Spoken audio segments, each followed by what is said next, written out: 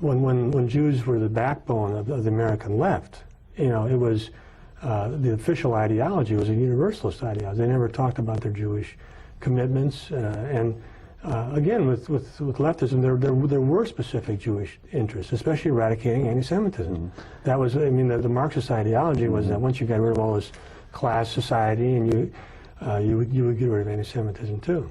And I think also, the fact is that Jews did see themselves as part of this managerial class that would manage the revolution. Mm-hmm. And in fact, they were in the Soviet Union. Mm-hmm. So, one of the first things the Soviet Union did was outline anti-Semitism. Mm-hmm. And Jews formed a very elite group within the Soviet Union until there started to be anti-Jewish sentiment that creeped to the surface, especially after World War II.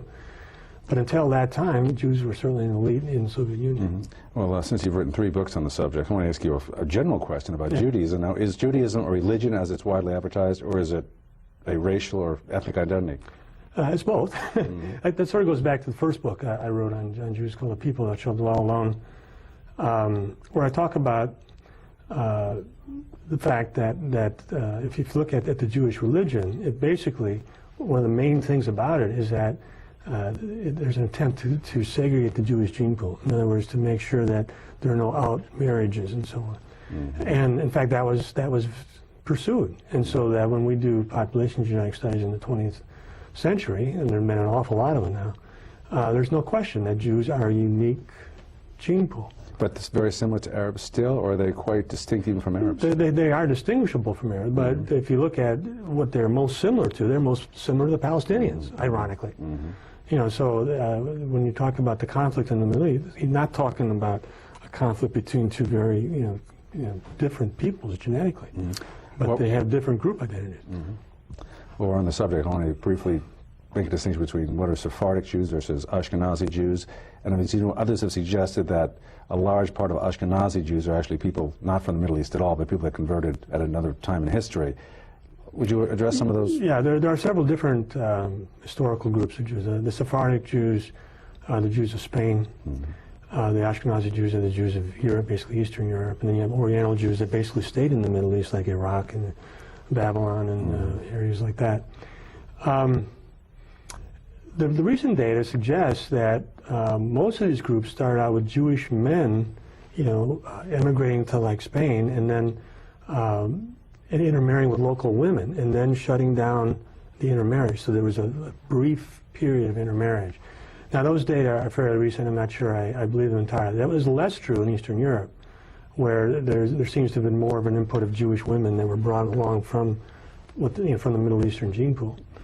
But in all those cases, once they were established, they stopped the intermarriage. Mm-hmm. So there's a bottleneck there, and they stayed within the group. What about the black Jew experience? There are black Jews in Israel, right? Well, there are some now. These are Jews that come from Africa.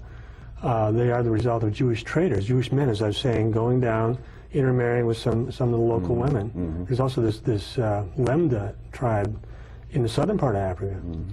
And they are, there's no question that if you look at the Y chromosome, it's the same as on the Cohen. It's the Jewish Y chromosome. It goes right straight back to Moses, and Aaron, the high priest. And these they're black because they intermix with Africans. Mm-hmm.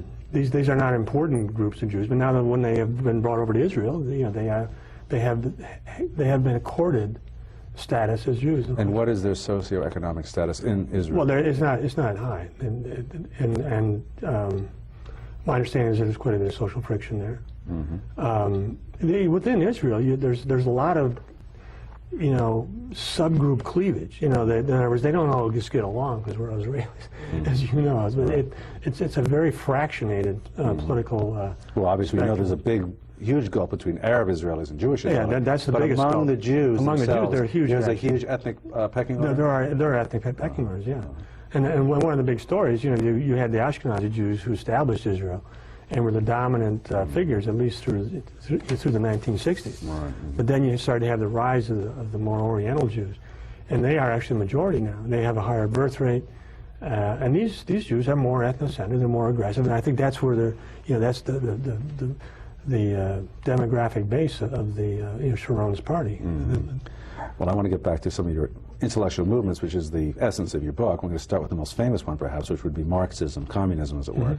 What makes it Jewish? Because Marx and his core followers were Jewish. They led the revolution. Well, I've tried to say that it's not enough just to find out somebody's Jewish. You know? I mean, if you talk about Einstein, Einstein led this revolution, atomic physics and so on. That doesn't make it a Jewish movement, because not only do the people who are at the top of it have to be Jewish, they have to, they have to be pursuing Jewish interests in some sense. Now, there are times when there's some self-deception where you can tell, well, this person doesn't say he's pursuing Jewish interests, but we can see it. I mean, and that did happen, with Jews on the left. But in general, if you look at the Jewish left, there was a sort of waxing and waning of Jewish support for the left, depending on how it was perceived as satisfying specific Jewish interests. For example, anti-Semitism. For example, when the Soviet Union made this non-aggression pact with Nazi Germany, there were a huge number of Jews that defected from the far left because what are these guys doing, making alliance with Hitler? In other words, they still had a very strong Jewish identity, and same with attitudes towards Israel. When the far left, when the Black Panthers and other people started to take pro-Palestinian points of view in the 1960s, Jews basically oftentimes abandoned the far left, and that's when the rise, what happened with the rise of the Podhoretz and then these various neocons that we see now are so important. Basically, it was because the left was not protecting Israel. There was a huge element of the left was pacifist. They were pro-Palestinian, and so on. Well, that's not acceptable if you. And that's why they've morphed. That's why so many Jewish intellectuals have morphed over to the Republican Party. Absolutely, that is the historical source of the neocon movement. Neoconservatism. Was concerned that this sort of leftist foreign policy in the Carter, this sort of new politics that affected the Carter administration, McGovern, all that they were not sufficiently strong in the Soviet Union, which by that time had become anti-Jewish.